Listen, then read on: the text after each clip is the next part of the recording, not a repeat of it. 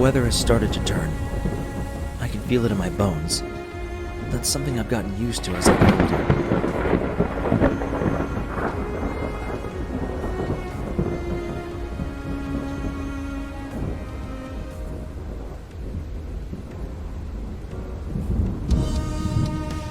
I can feel when it's about to rain. Before I hear the first raindrop, I know it's coming. I get this nagging in my left leg, like minor teething in my joints.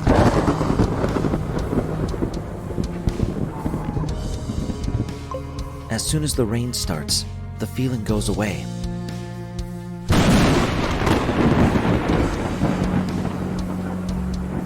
I can feel it now. The sky looms heavy overhead. I know it, but I cannot see it. I cannot see through concrete. When I was a kid, I thought I could see through things. I was focusing and unfocusing my eyes, and it appeared as if I could make things move to the side and go away.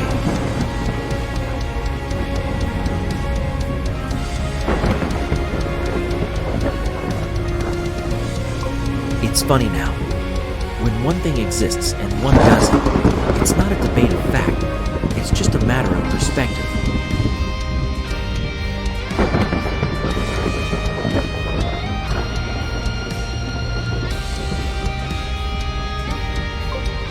This is what I have. The inner ramblings of my soul laid bare.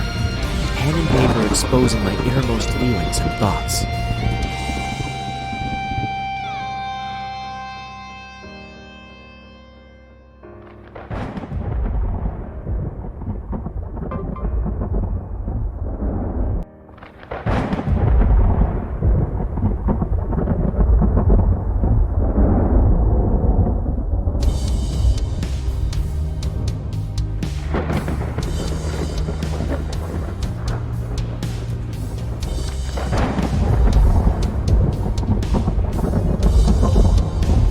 Here or not, I don't know. Certainly in anyone else's perspective, I might as well not be. That's how it's been for all of my life.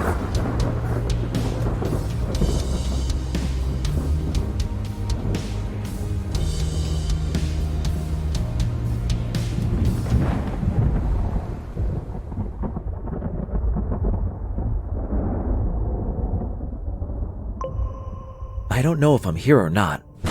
I have no evidence for my existence except for my own thoughts twisting and turning inward on me. I batter the walls with the anger of my insignificance before collapsing into such severe tears that I crave water like a lost desert nomad.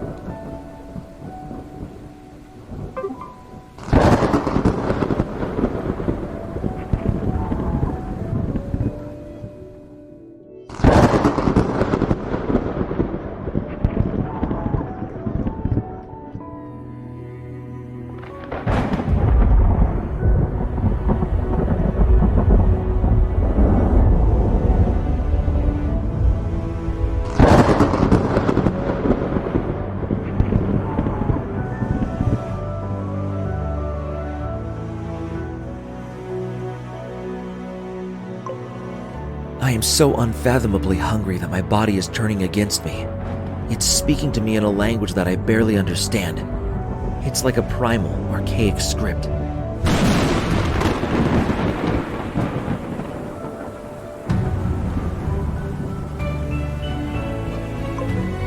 It's etched across my body, in my fading muscles, my swollen belly, my sunken eyes.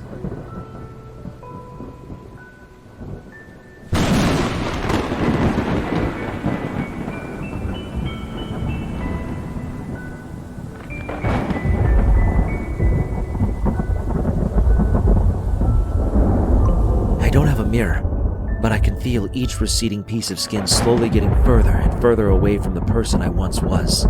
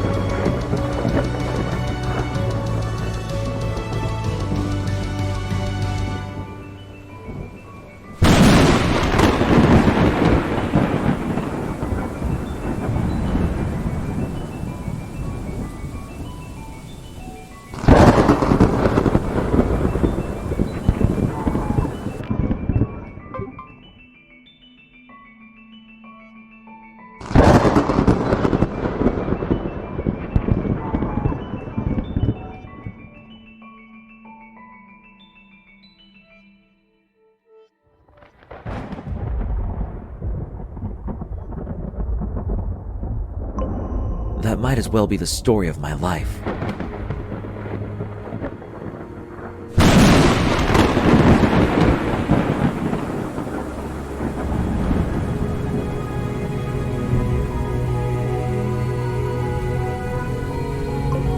My body is screaming at me in a guttural, unsaid sense that is both clear and unclear.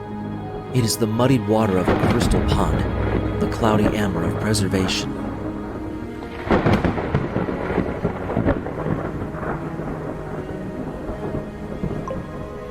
An ancient scream. I try to ignore it, but I can hear it.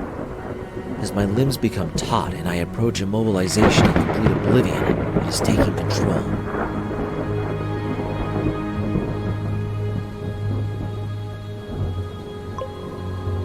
For every raindrop I don't hear, my body amps up the magnitude of its efforts tenfold, but to no avail.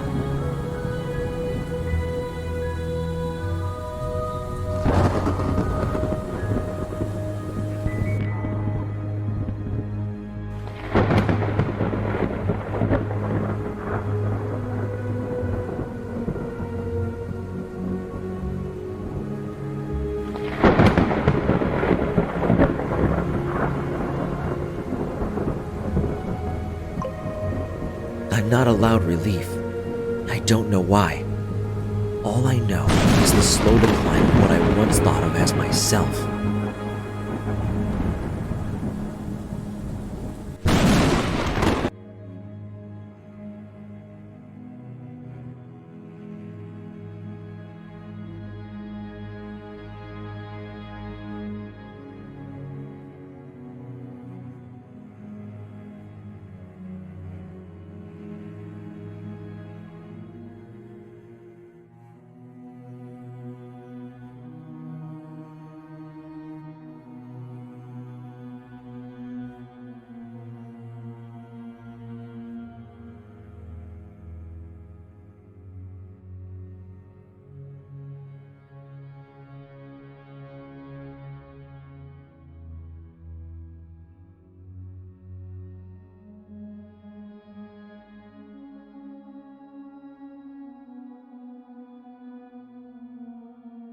What did you see? I saw a shadow outside my window.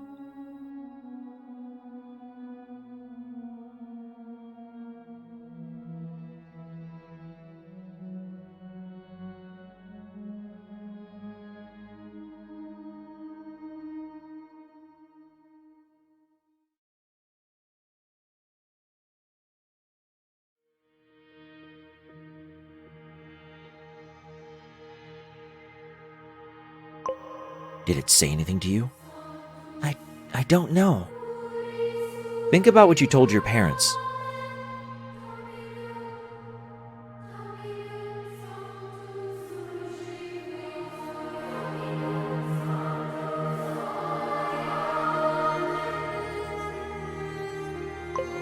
It told me not to tell anyone. You're safe, Dan. We're police officers. We're here to help you. That's right. You and your family are safe.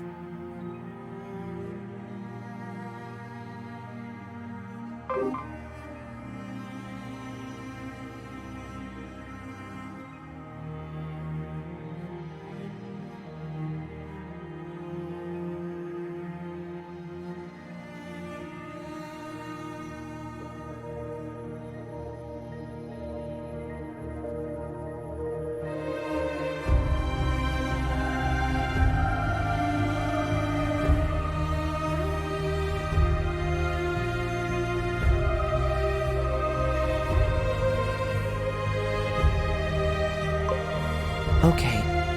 It tapped on my window the other night.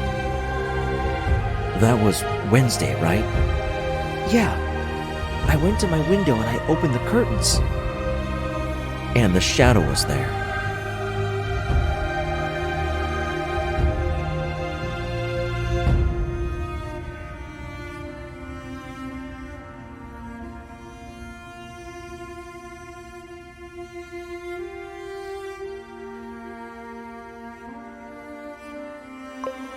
Yeah, I couldn't hear it at first. I wasn't afraid yet. I didn't understand. You're doing great, Dan. Keep going. It kept whispering something. It wanted me to get closer. I leaned in to listen.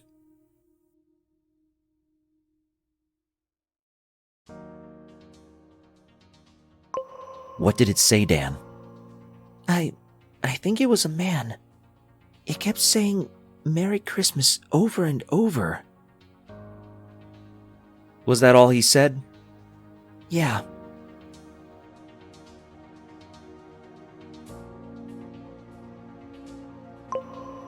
You're doing really great, Dan. Just one more question, okay? Okay. What happened after he said Merry Christmas? After it said it a few times, the shadow disappeared.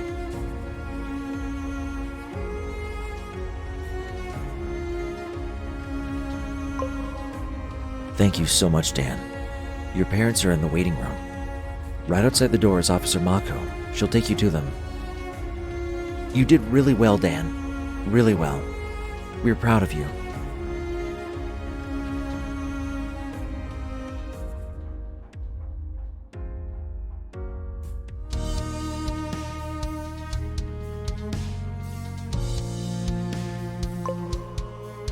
Tenant, what the fuck do we do?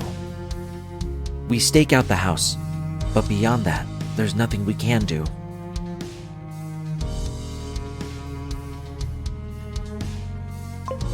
This is the third case, and all you want to do is stake out the house? What do you want from me? The captain wouldn't approve anything else.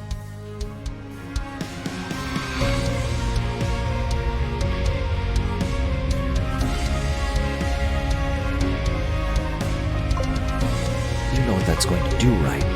Absolutely nothing. We have a caseload so big right now, the paperwork is literally falling off my desk.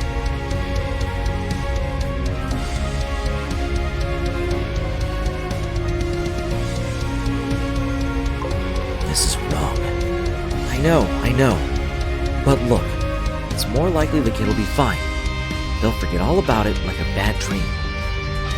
I'm heading out.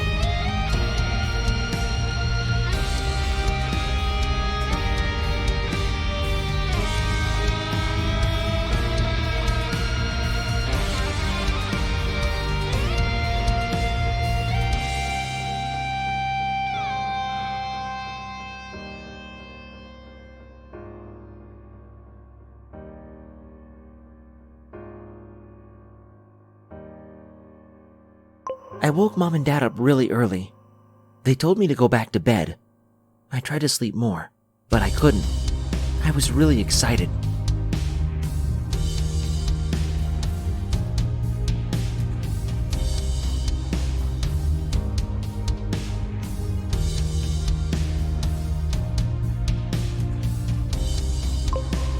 This is my 8th Christmas.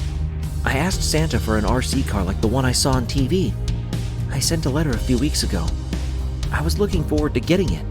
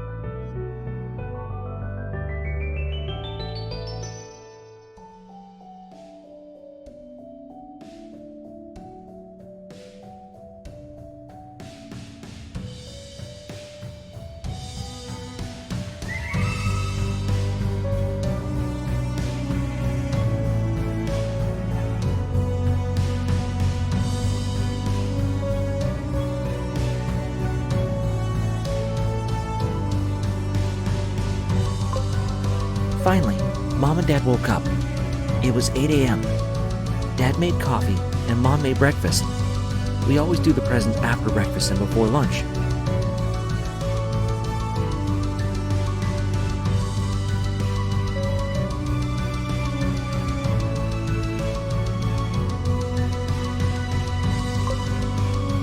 We had bacon, eggs, orange juice, and toast. It was delicious.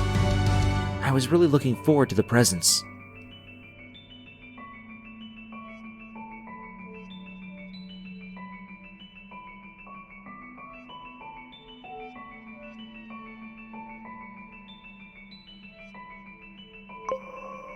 After breakfast, I ran to the tree and picked out the biggest box. I wanted to unwrap it right away, but Mom said to read the label.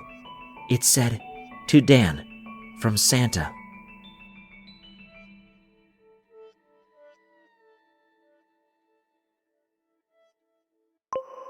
Mom and Dad sat on the couch as I tore away at the wrapping paper.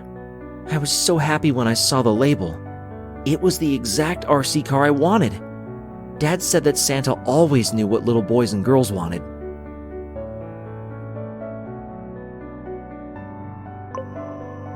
Mom said that was true. He did. He read all the letters. I opened more presents and got everything I wanted.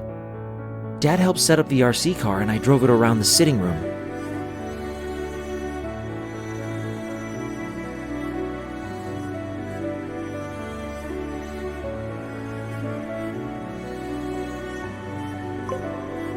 Mom went to get the turkey and ham in the oven. The doorbell rang and I opened the front door. No one was there, but there was a huge present on our porch.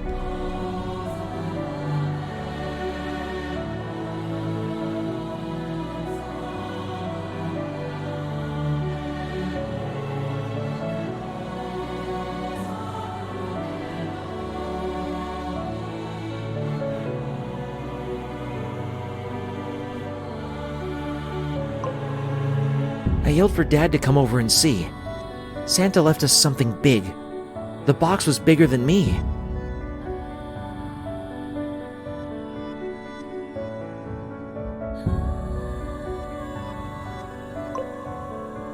Dad looked confused and told me to go to my room for a bit. He must not have expected such a big surprise from Santa.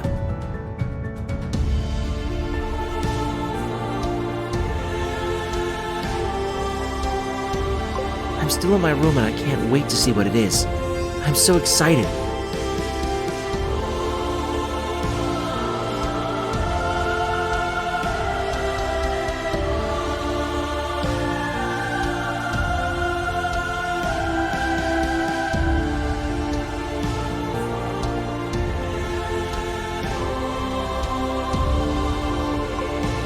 Thanks, Santa. Yours, Dan.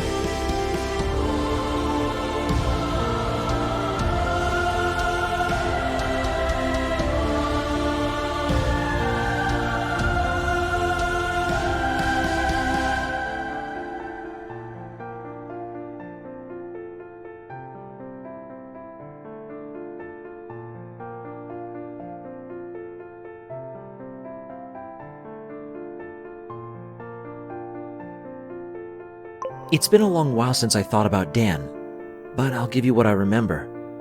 Did something happen to him? I really did wish him the best.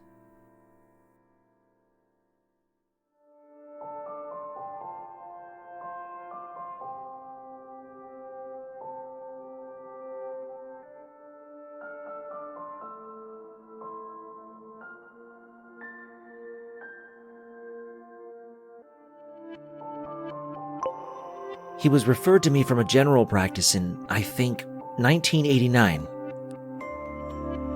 Apparently he'd been having some weird issues at home and in school, which is, not unusual for 15-year-olds. I got the reports of what happened. Well, if you're calling about Dan, you know what that is. I got copies from his regular doctor. Awful. Really awful. I felt for the kid.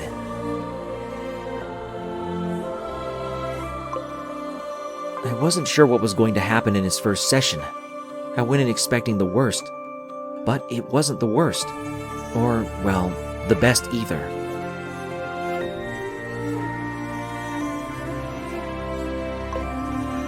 He felt a little detached, he said. Removed from his peers, and a little from himself too. Disassociation as a trauma response, even years later, is perfectly normal, and I knew what I was dealing with.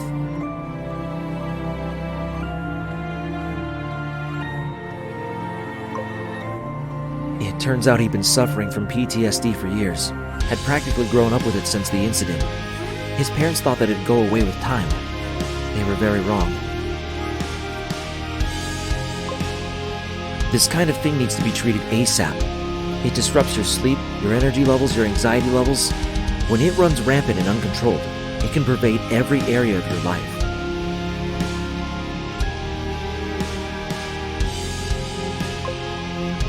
Dan had been living with profound and far-reaching consequences of PTSD for years. He thought it was normal, but I helped. At least I think I did.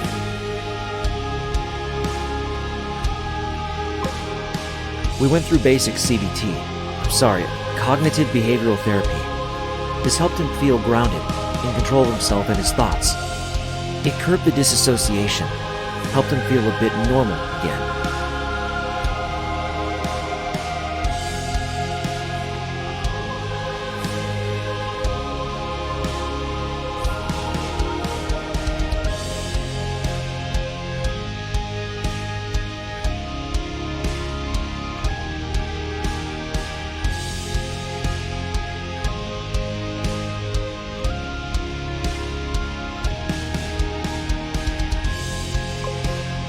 We made progress for nearly a year.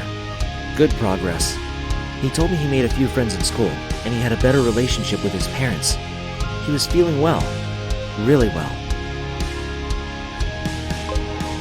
Then his insurance ran out. It was near Christmas, 1990. His dad lost his job and the family lost their health insurance. I wasn't in my own practice at that time, not like I am now. If I gave him a discount or did sessions outside of my regular work, I would have lost my own job. What was I to do? I was young, 2 years out of college.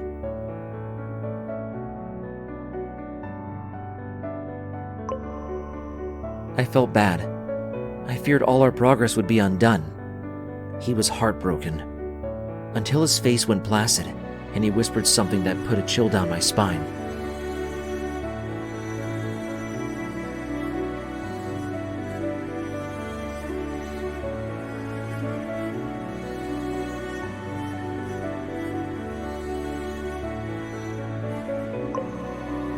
"Merry Christmas to me," he said.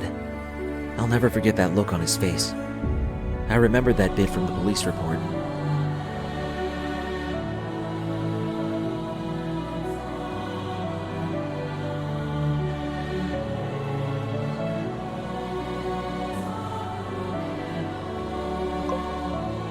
I didn't sleep that night. I didn't sleep well for weeks. A flawed healthcare system had just let this boy loose. Then I heard about the assault.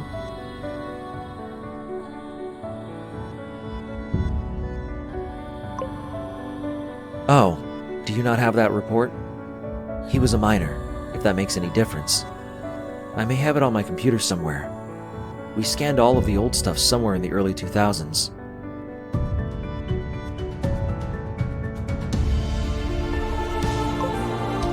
I'll get it to you later. It was 1991 and his parents called me. They wanted my help in court. Dan was in danger of being hospitalized. I'm sure you know the hospitalization I'm referring to. They wanted testimony from me. I asked what he did, and they said he assaulted a mall Santa. They didn't go into details.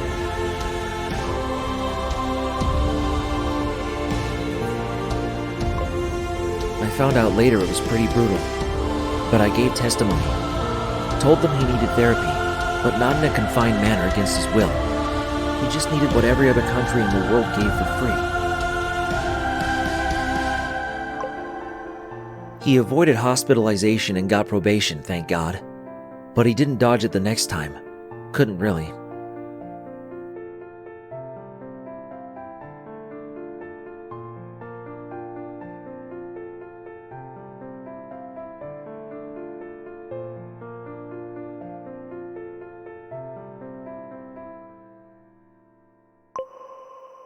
I'm sorry. I got carried away. I have to see a client. If you need anything else, give me another call. Thanks.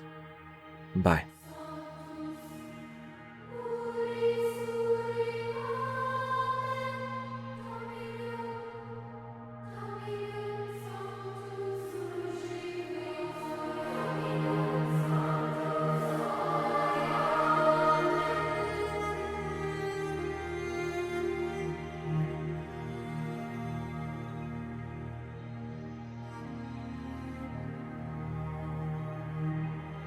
I hate this costume. This red and white prison.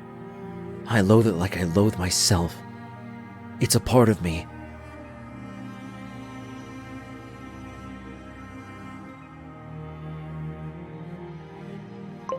It's all of who I am, and it's nothing at all by the same token. It's everything and inconsequential.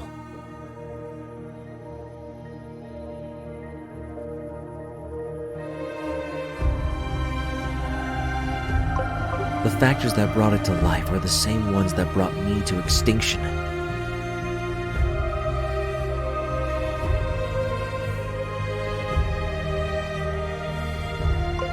I'll write it on the walls, the ceiling, the floor.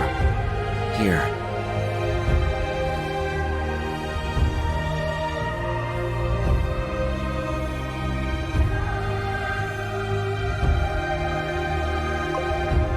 How can you hate something that consumes you, feeds you, loves you?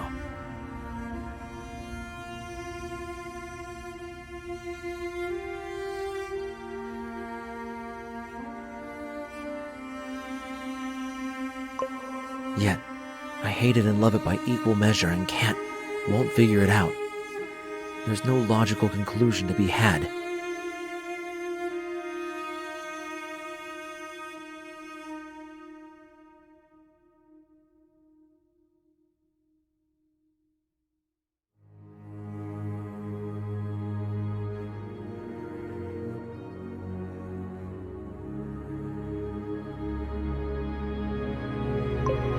I tear at it and repair the tears through suffering.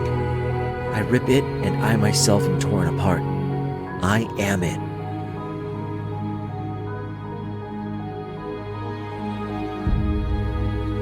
It is me.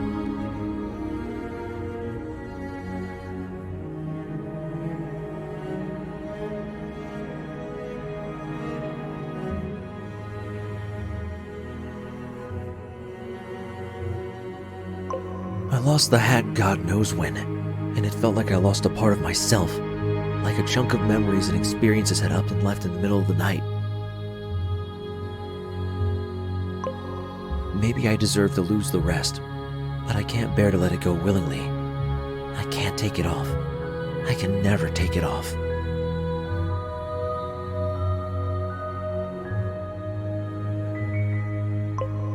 I will sit here until my dying days wearing it. I will be buried in it.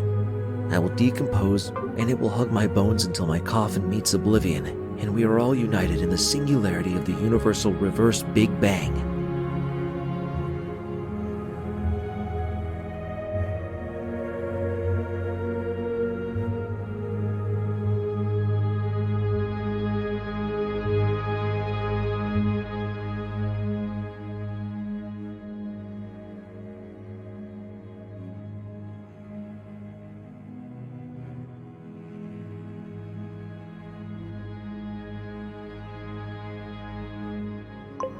Everything is pulled infinitely towards the center point of an unfeeling and timeless universe that has no concept of anything human.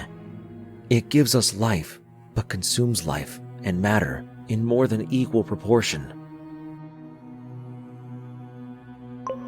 I will sit here until my dying days. The universe will have to wait to get its hands on me.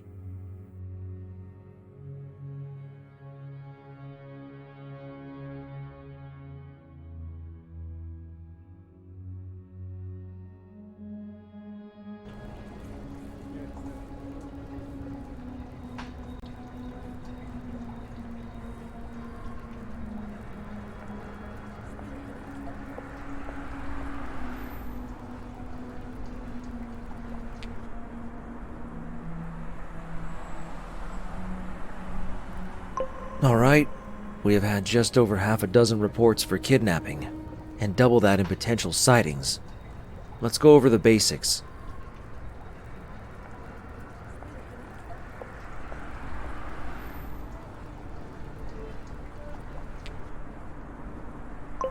We have a costumed lunatic, a first for this department. He should not be considered armed, but should be considered dangerous.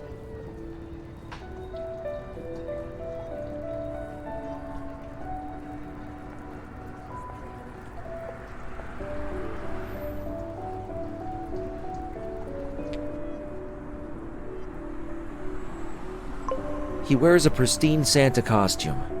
From what we have gathered, he thinks of himself as the real Santa Claus. He's a bit out of season, but who knows what he's thinking.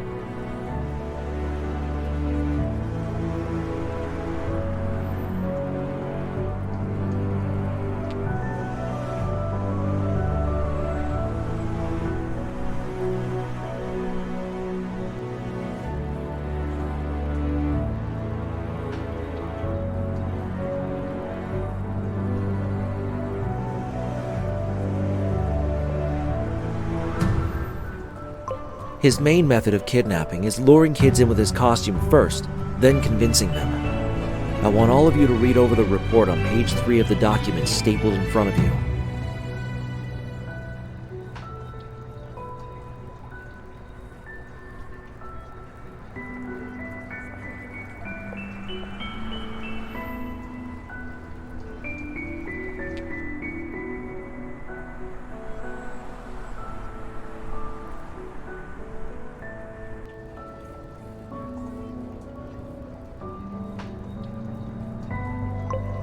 Alan Bailey, 8 years old.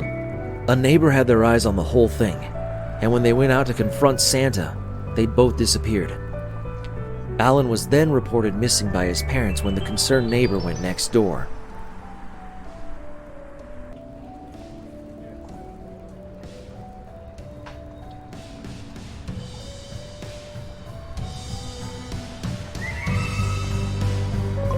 The neighbor said that Santa approached Alan in a vehicle as Alan was coming home from school. The vehicle was a nondescript gray Mercedes van. Potential models, years, and license plate particulars are on page 4.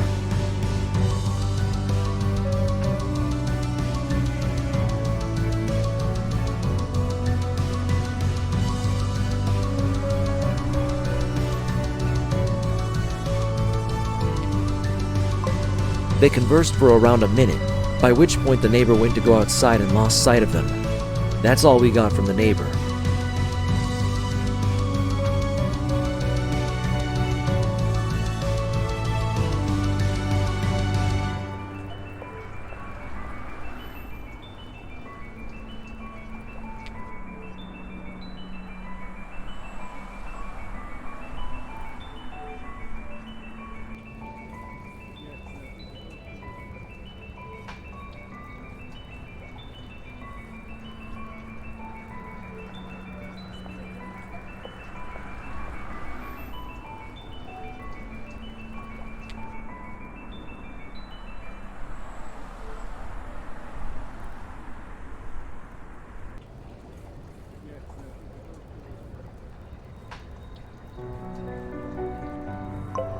Page 6.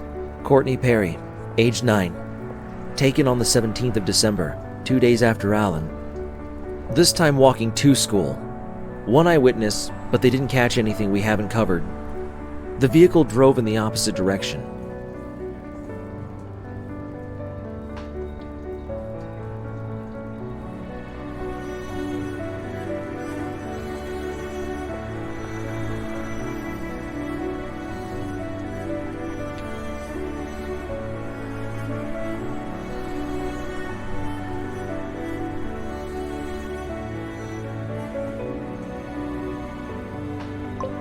Approximate time of abduction is 8:34 a.m.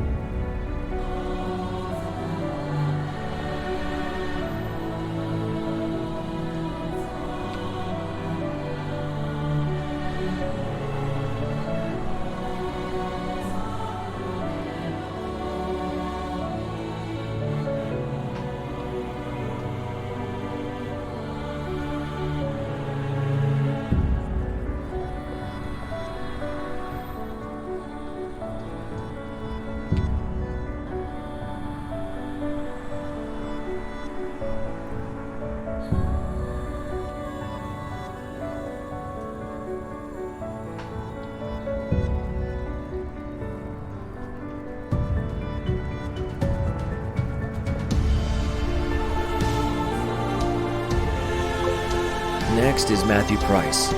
Somehow he was lured out of his home in the middle of the night and disappeared. Early on the 18th, parents went into his room 7 a.m. and he was reported missing around 8 a.m.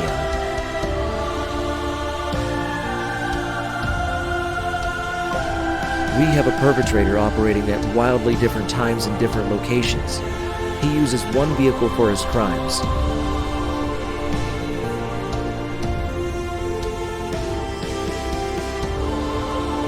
This is everyone's first priority.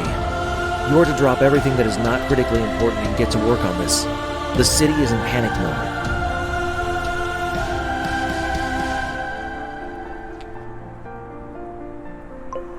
The governor is talking about organizing armed escorts for school children using Homeland Security as well as soldiers from nearby military bases.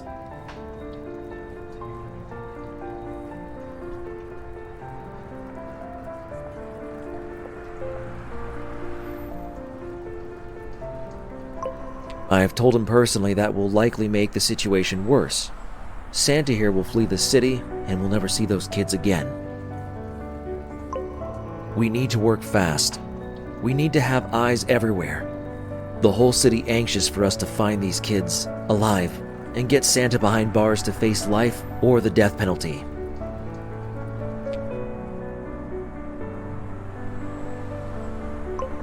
I'm counting on you.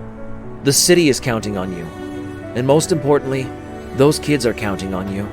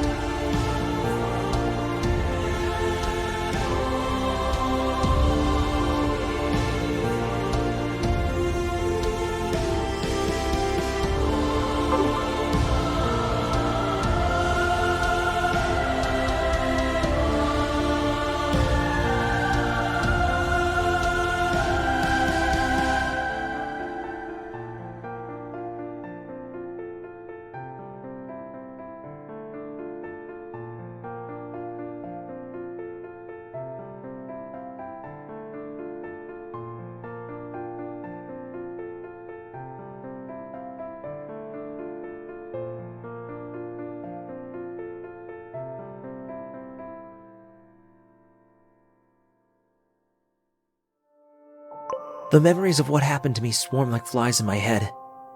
I keep seeing his face. The beard.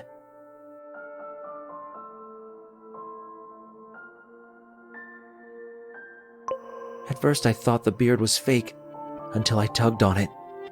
Then, he slapped me in the face. It was real. The blood in my mouth made me learn my lesson.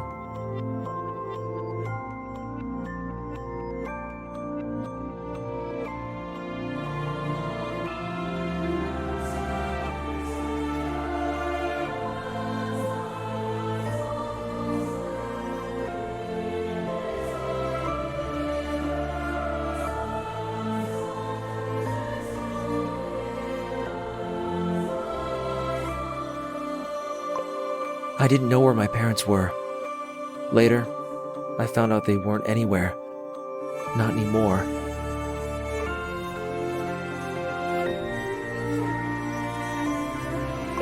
I just keep seeing his face. The sunken eyes and the yellow teeth. The grayed facial hair that smelled like stale beer and vomit.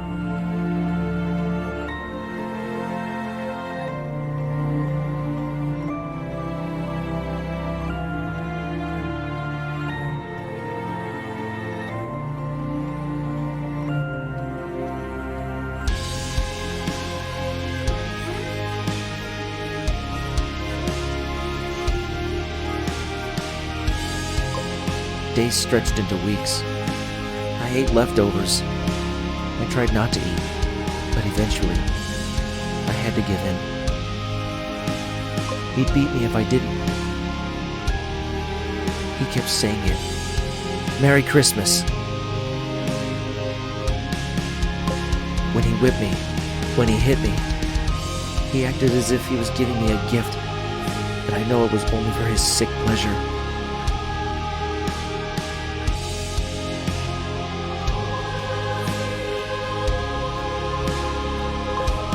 He enjoyed it. Always a smile on his face. Christmas cheer, we'd call it.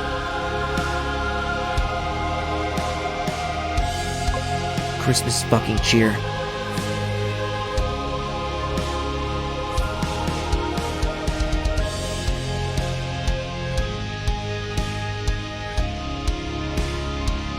I don't know how long I was down there.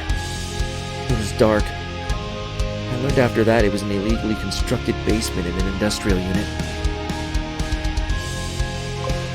I was half an hour away from my own home, but I may as well have been on a different planet.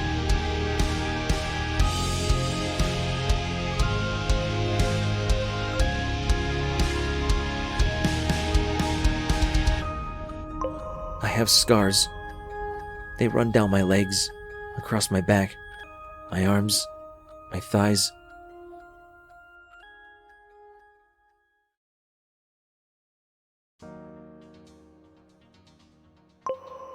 I wish I just had physical scars. They ache sometimes, and I see his face.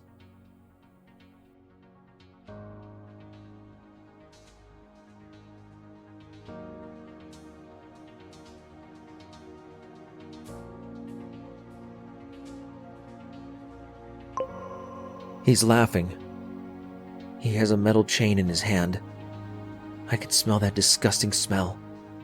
Feel the wet patch beneath my feet where I'd urinated earlier.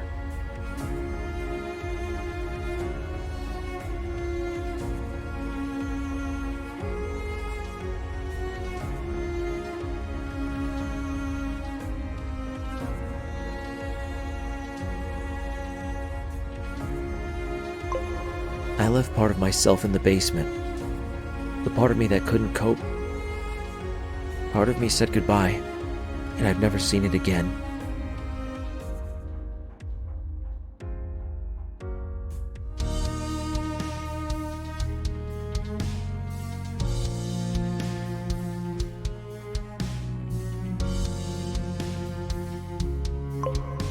I got glimpses in high school. I made some friends for the first time since.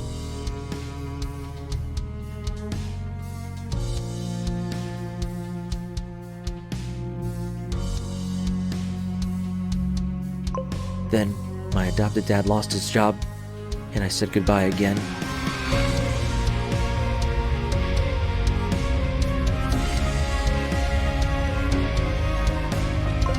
I deserve it. I deserve everything. I know I do. I know that there's no excuse. There's nothing in this world that scares me now, and I am accepting death incarnate to come to my domain and slay me where I sit or stand. I have been a terrible director for my own destiny, with a journey that was flawed from the start. I could have been something.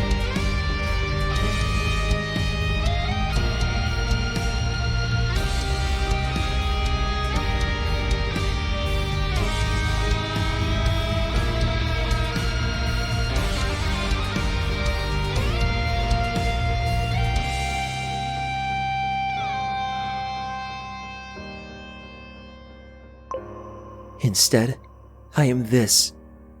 I am words on a page. I am my memories, my trauma, my lived experience.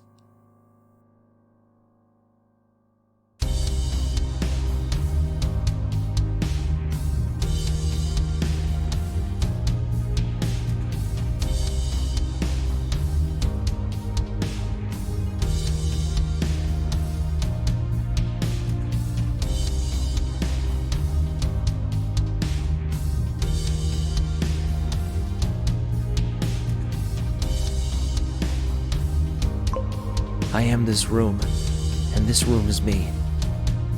I am the ink and this pen. I am the blanket I ball my dry tears into. I am the floor that threatens to consume me. The light blinks, and I fear I've disappeared for a moment. I hear scratching in the walls at night that terrifies me. Something is digging to me.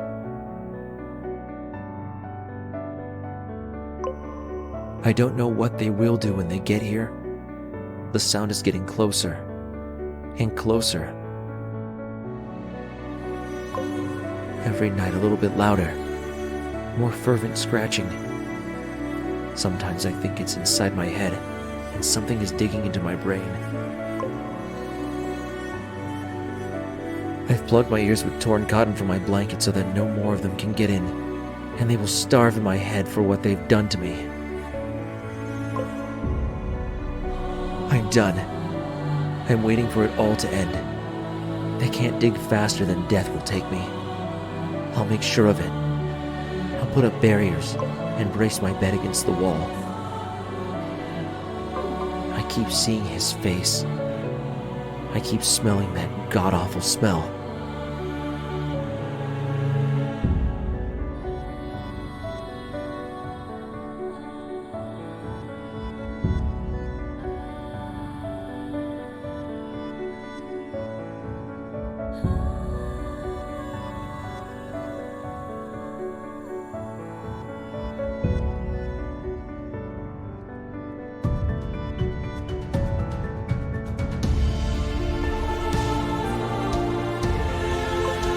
Still there in that basement.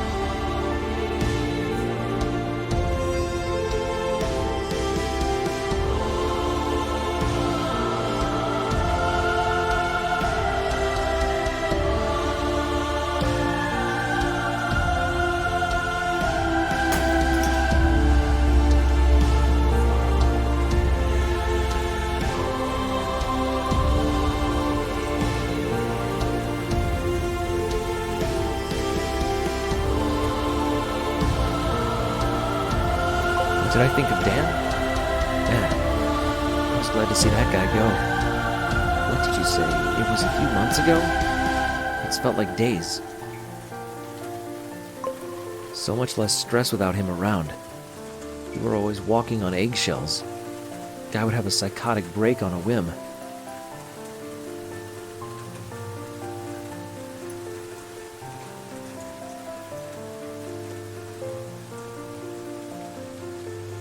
Wrong breakfast, someone rings a bell, he's gone.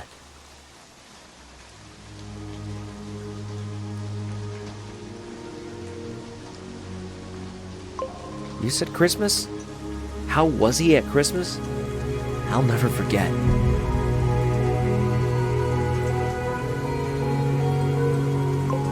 A couple months ago, well, late last year, a lot of us were in the front room. You know, TV is always on. Sometimes there's a debate around the remote.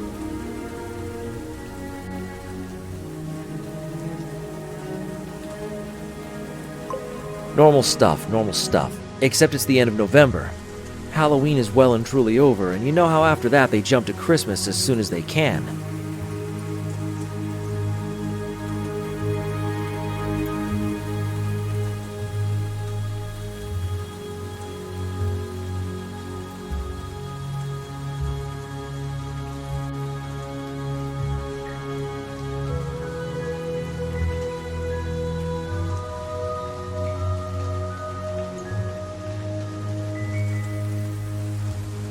PBS was on. They were doing a special. I can't remember what it was.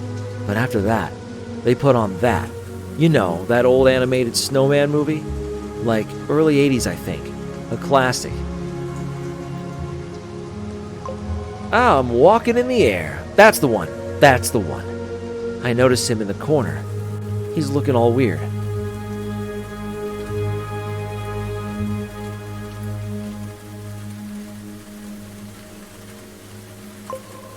He gets like that sometimes. We all leave him alone, you know? But his leg is going up and down. He's staring at the TV. Then he's looking around. I got a little scared, but nothing had happened yet. Some of us were singing along to the songs we know. Get a little Christmas cheer going. It's grim here, especially around Christmas.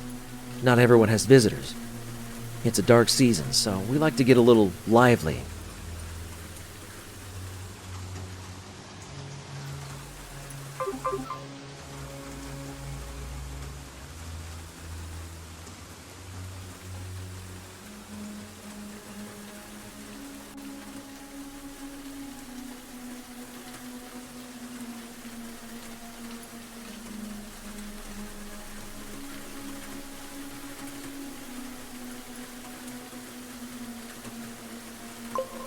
Dan, though, he got this dark look on his face.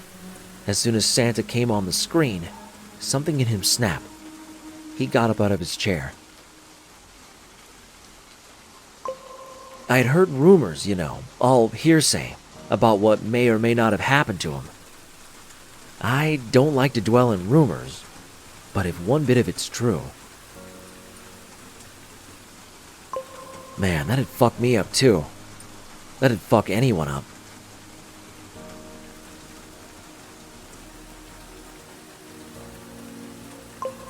Stay on target, you said? Right. Well, I'll be specific. Jason, was looking at him. He stood up. He had that look on his face. The one I just said. He doesn't yell, but there's a sinister element to his voice.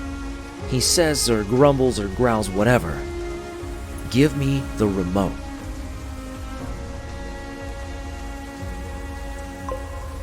I think Emily had it. You know, Emily. She's got the tics and the learning disability. She's a sweetheart. But she's glowing when Santa came on.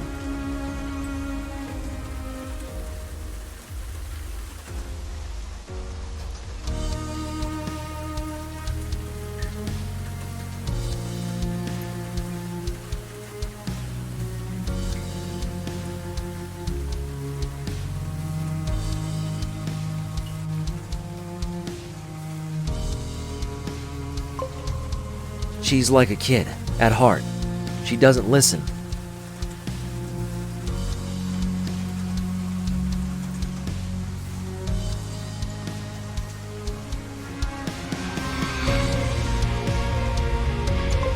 He repeats it. Give me the remote. I notice he spots it in Emily's hands. Before anybody can move, well...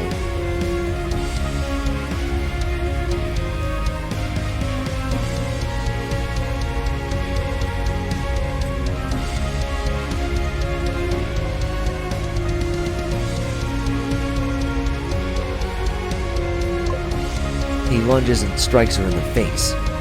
We're all in shock. It's not a violent ward.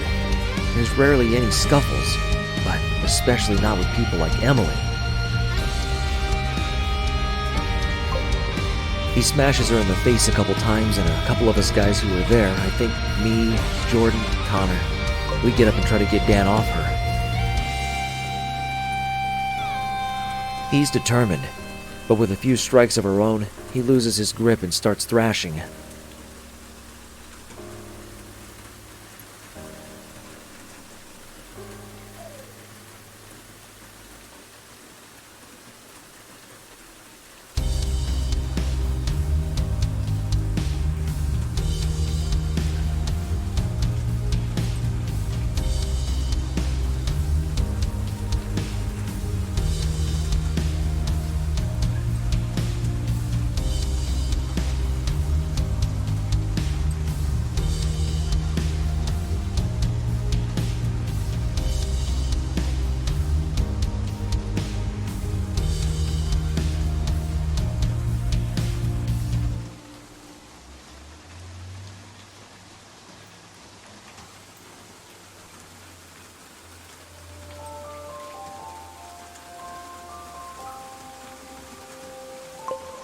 The orderlies get involved now. They get security in quick. We let go of him, and he gets tased immediately.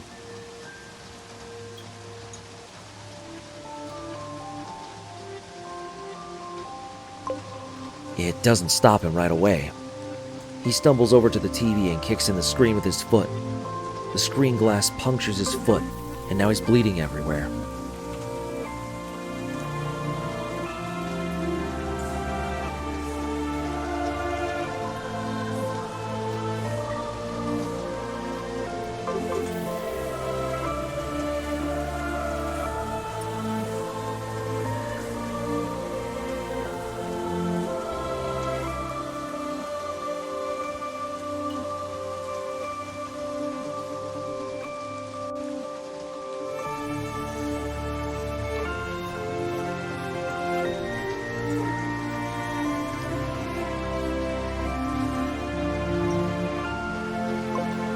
Security doesn't know what to do. The area's cleared, so they take out the batons. They start beating him. That was the last time I saw Dan. We all went back to our rooms. We heard him screaming. "Merry Christmas," he screamed.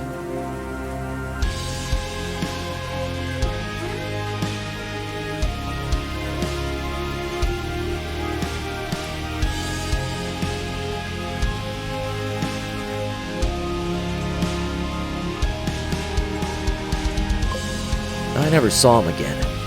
Last I heard, he went into the violent offenders ward and didn't come out for a long, long time.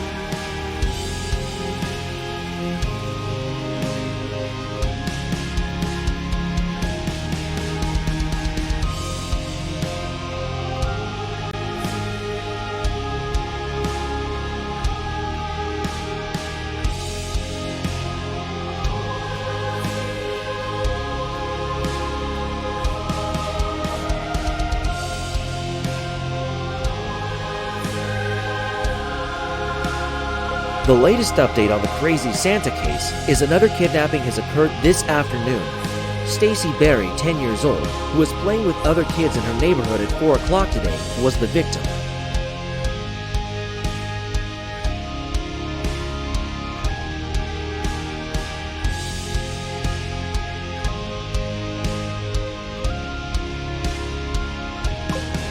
This marks the 7th kidnapping in the last 2 weeks. Parents across the city are panicking. Many are keeping their kids indoors and not sending them to school.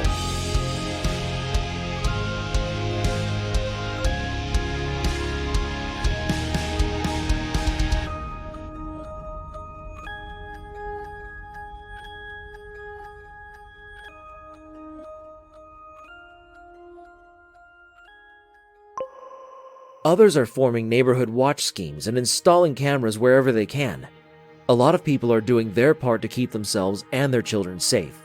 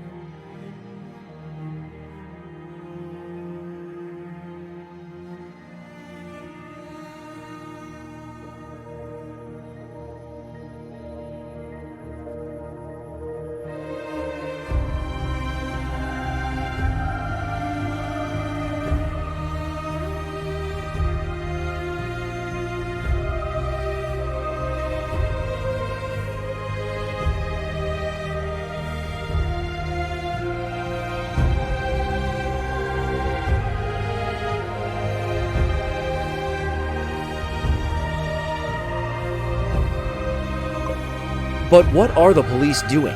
How can a costumed lunatic abduct 7 children, some in broad daylight, and get away with it?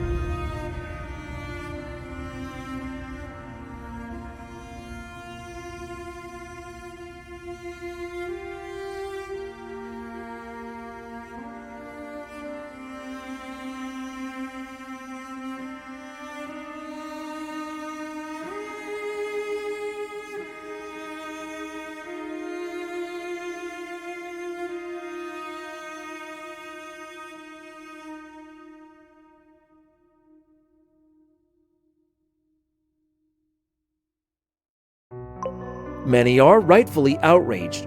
In the age of technological surveillance, the perpetrator has managed to remain at large for over 2 weeks. Who knows if these kids are even alive?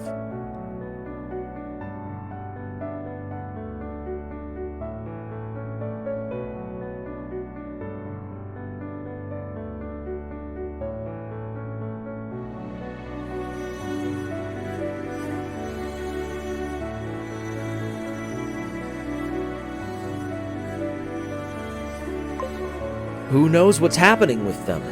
The police need to act faster. They need to have better response times. They need to find this guy before another parent loses their child.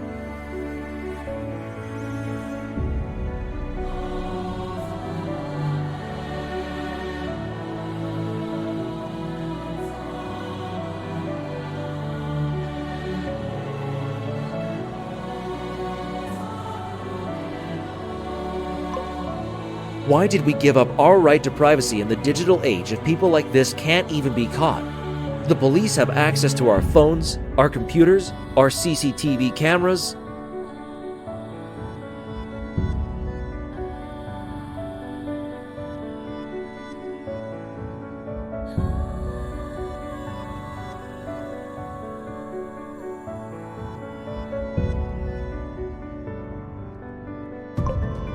What's stopping them from tracking this guy's phone and getting the kids? The answer, ladies and gentlemen, is simple.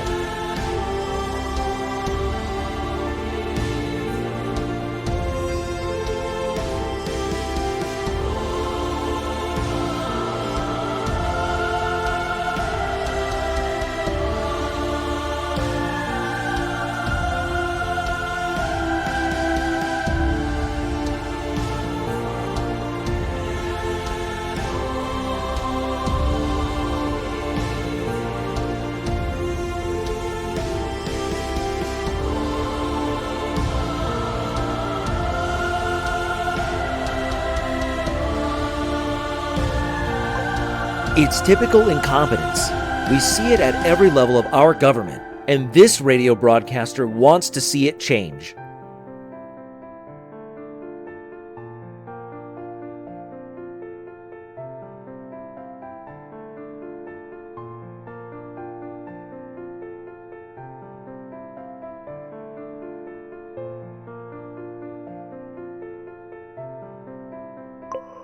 God be with those kids. God be with those parents.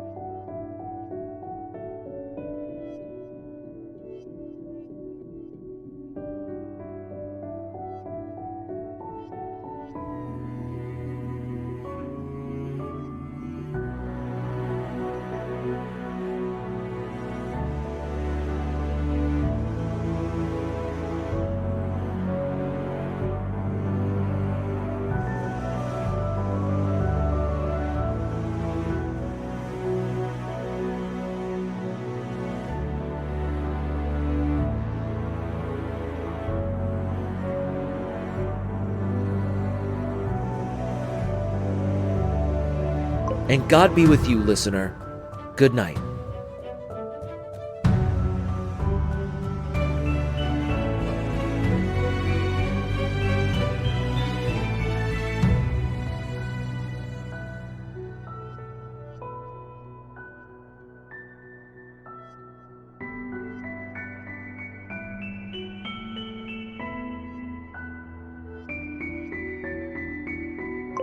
I miss my mom. Santa, the real Santa, if you get this, please pick me up and bring me home. I was looking forward to Christmas, but I don't know why I'm here. We're all hungry.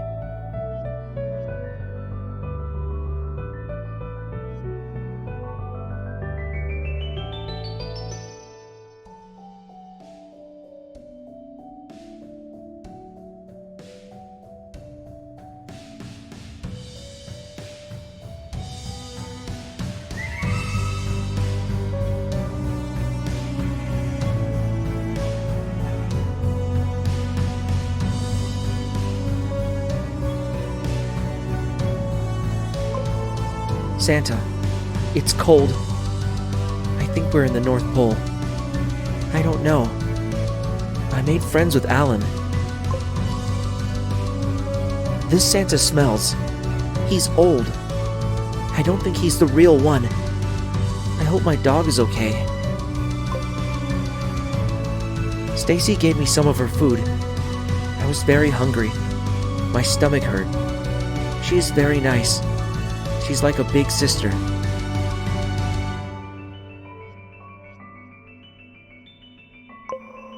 We're playing games when we're left in the dark. It's hard to sleep. Santa said he's saving us from our parents.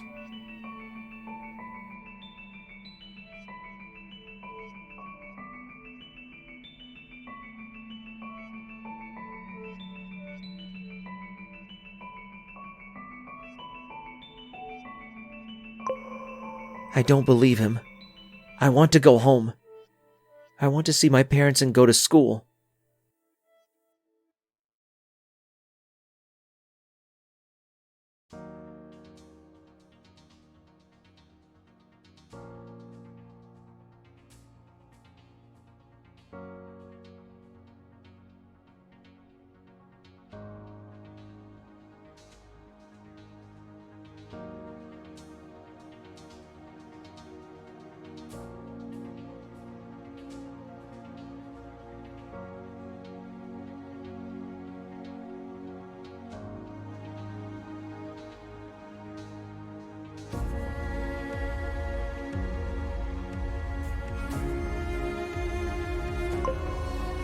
The blankets got wet in the night.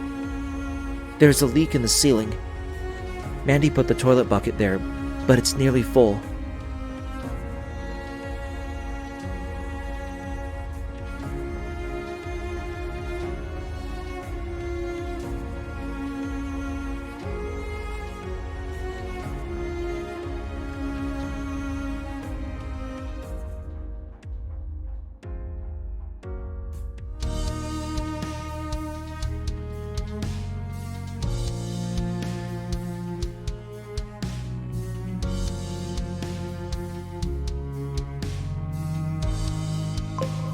Santa put on a show and juggled for us, but I started crying because I want to go home. Santa was not happy and didn't give us dinner.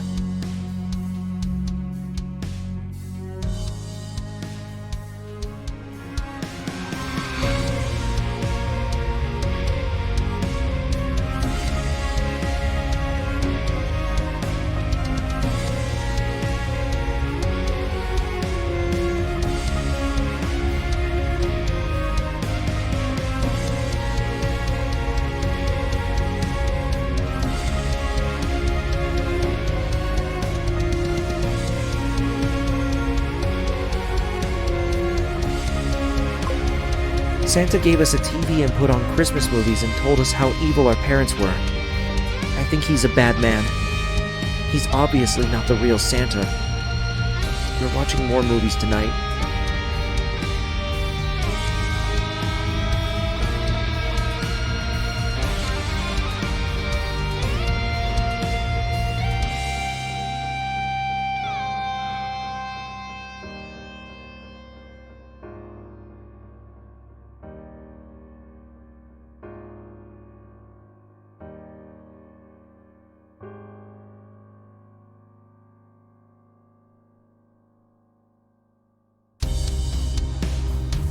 I don't know how long I was in the dark.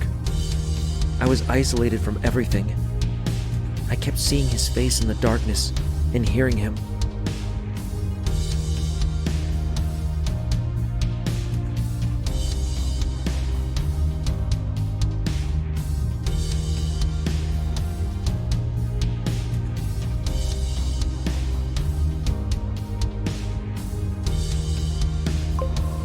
They brought meds and food once a day.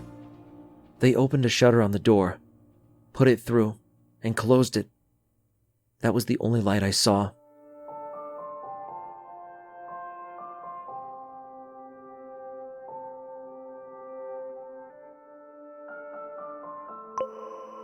I refused to take my meds for the first week. Then the guard came in and beat me. He told me if I didn't take them, they'd stop feeding me.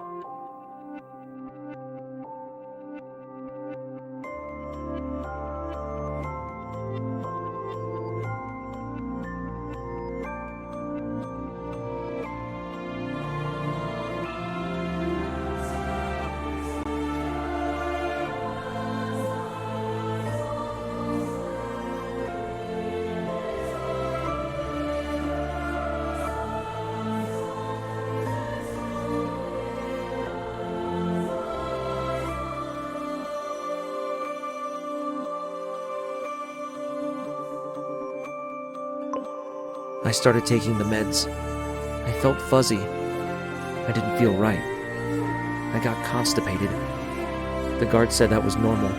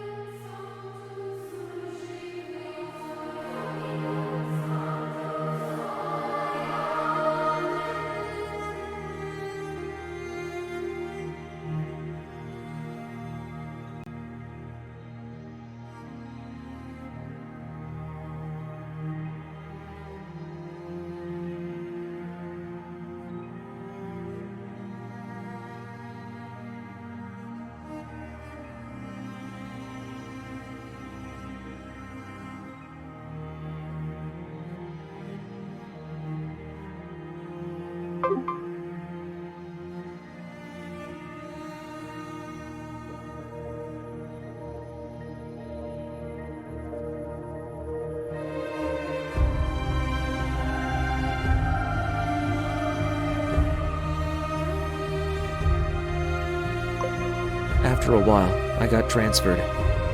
That was 2 years ago now. I was the only one in there for another year.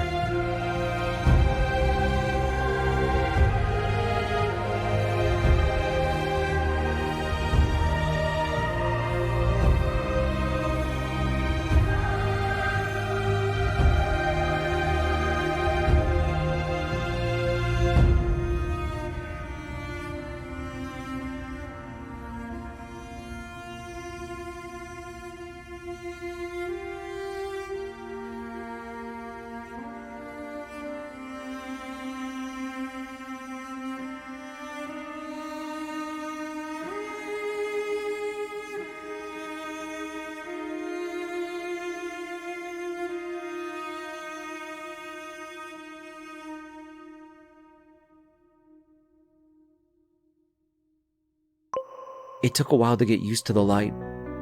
My eyes had trouble adjusting after so long in the darkness. I didn't improve. I kept seeing him when the lights went off at night.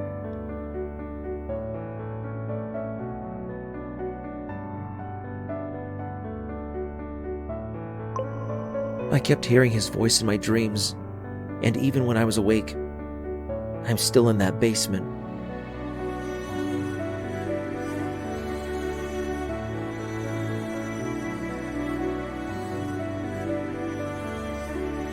I can't get out, but I got out of that facility. They were just like him. They beat me, forced me to eat, forced me to take medication. I didn't want any of it.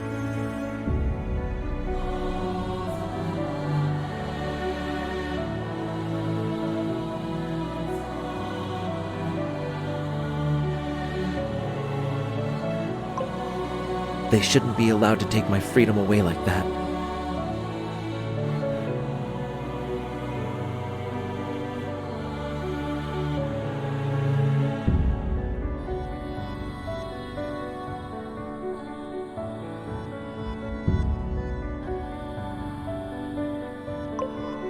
They were just like him. There's no difference. I didn't ask to be in there.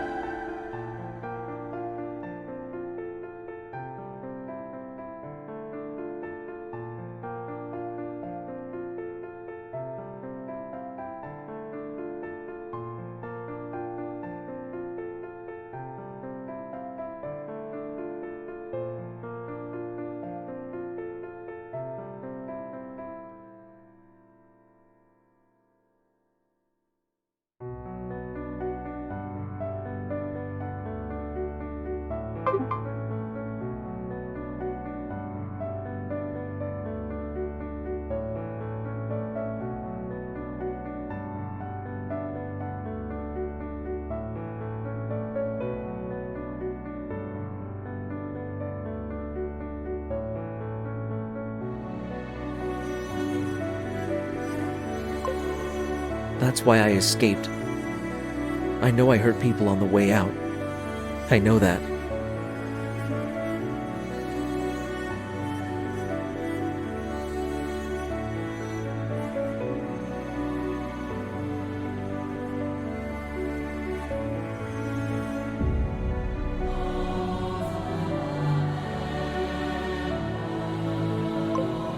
But there was no other way for me to be free. I couldn't be in that place anymore.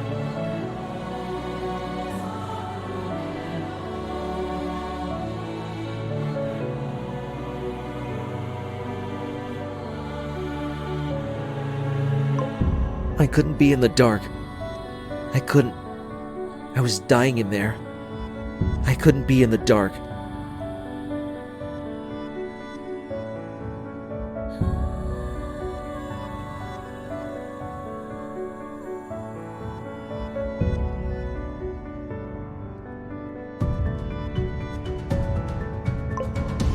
I sleep on the cement floor of a random empty unit I found. I use newspaper for blankets. I eat canned food that I find or steal.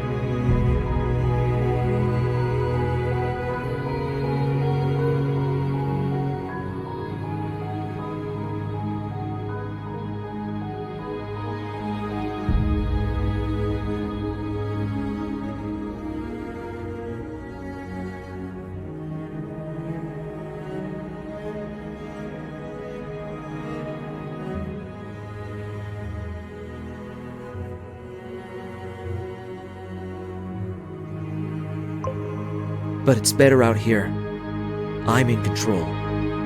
I don't see him nearly as often anymore. I'm better. Much better.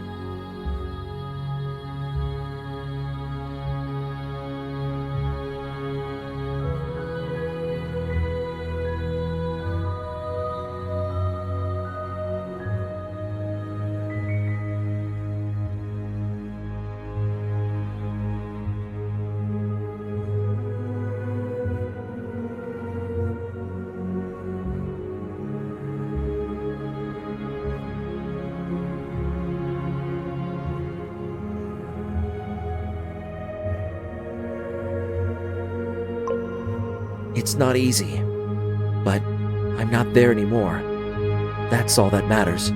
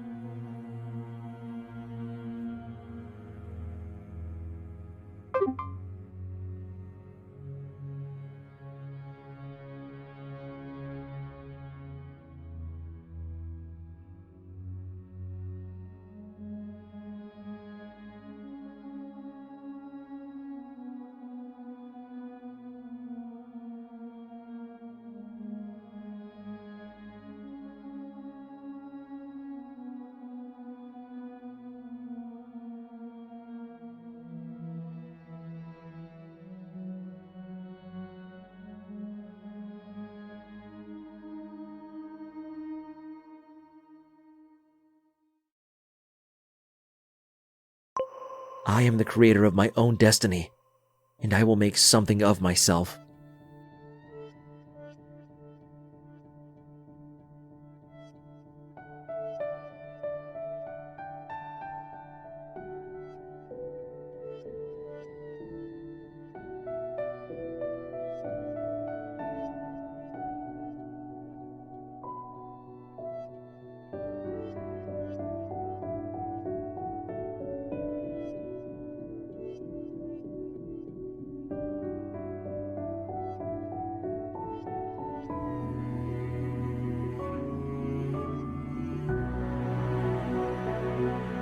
I'm still in the basement.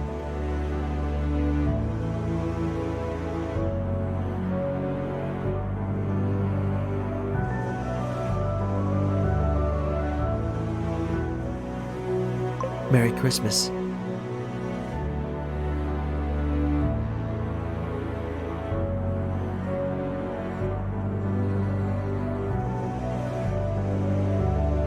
I'm still in the basement.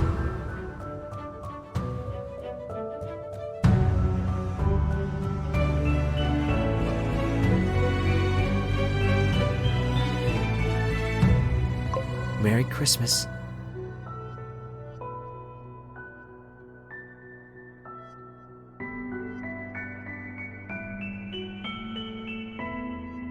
I'm still in the basement.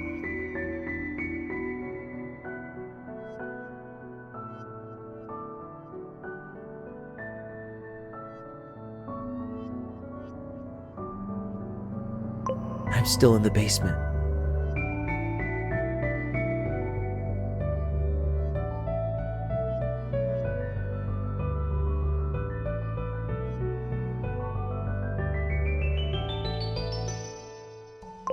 Get me out.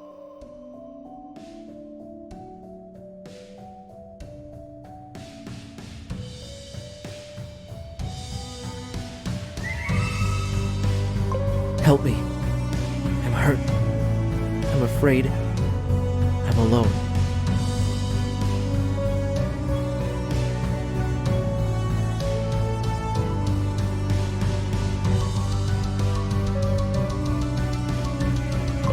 Merry Christmas. I hear it in his voice.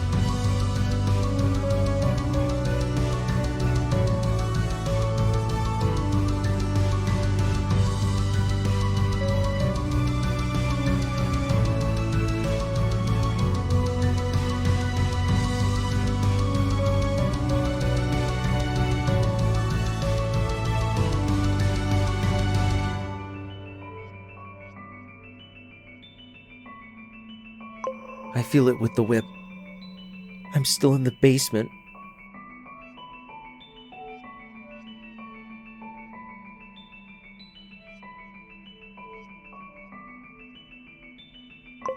I'm still there. Get me out. I can't stand it here.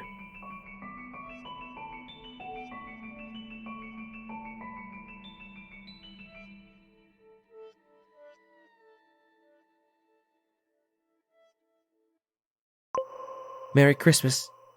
It's the holiday season. It's Santa.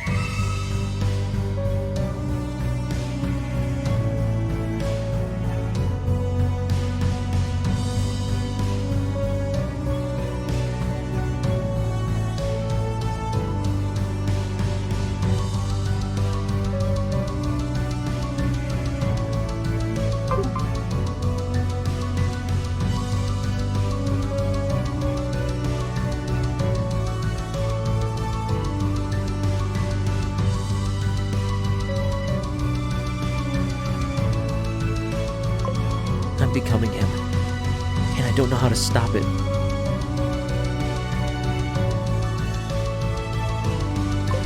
He's in my head. He's in my head. He's in my head, and I can't get him out.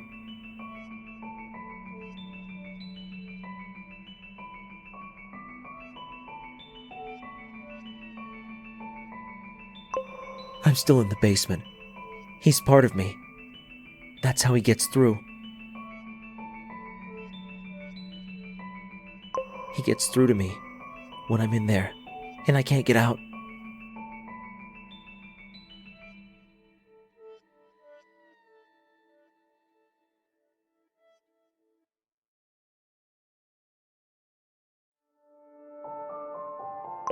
I'm still in the basement. Merry Christmas. I can't get out.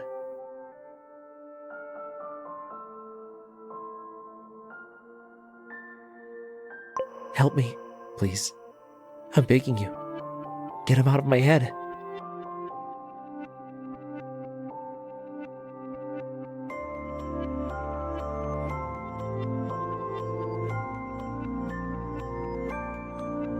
I'm still in the basement, and I need help. Please, get me out.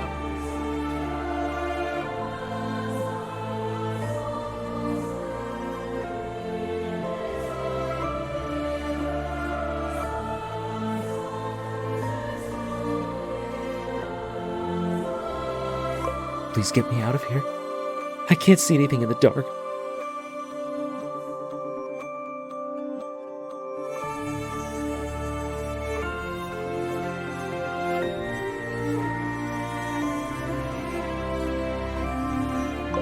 All I can hear is Merry Christmas. And I can't leave. And I'm hurt. And I'm so alone. I'm still in the basement.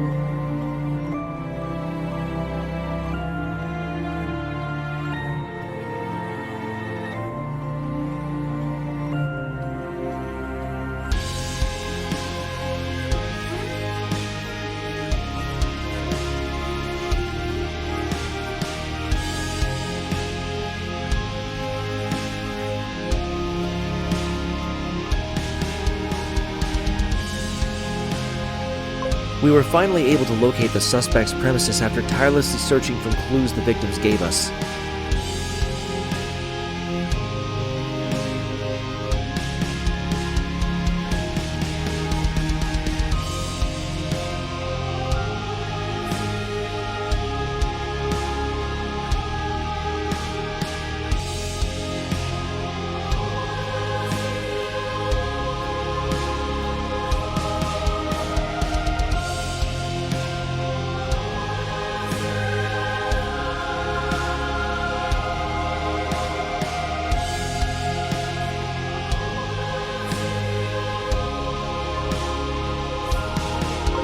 Thankfully, none of the children were harmed, but they were in such a panicked state that they didn't remember the building very well.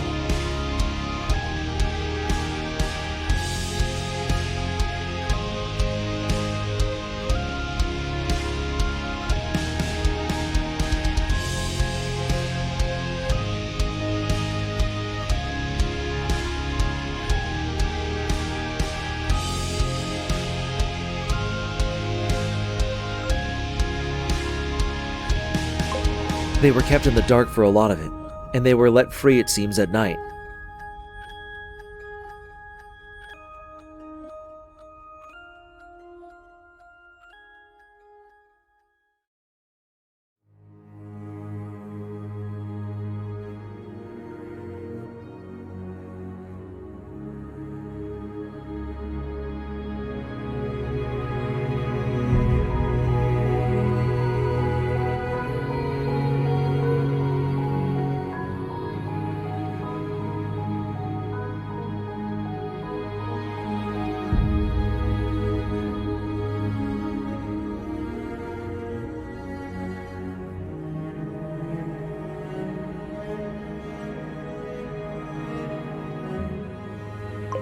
We entered the premises, weapons drawn.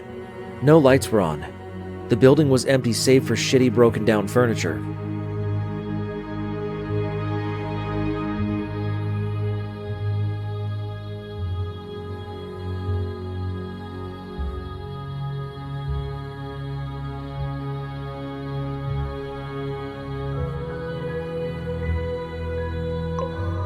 There was a smell we couldn't locate, something foul. It didn't lead us to the source, but it led us to a trap door. A metal ladder with rusty rungs lay past the opening.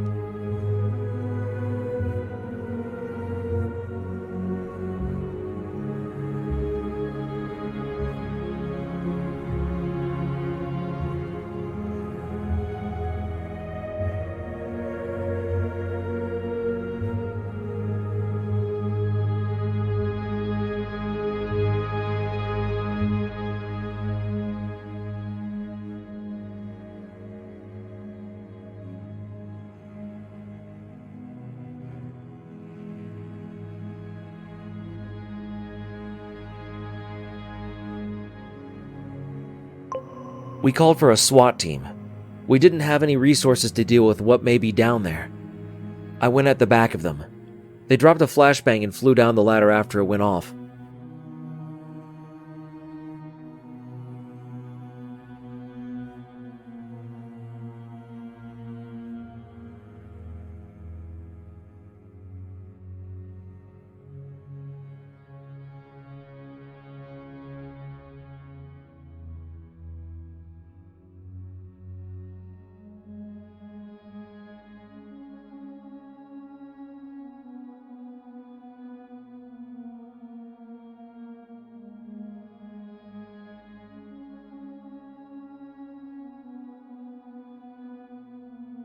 They're cowboys, all right. They get it done. But it turns out we didn't need them. Everyone was gagging at the smell.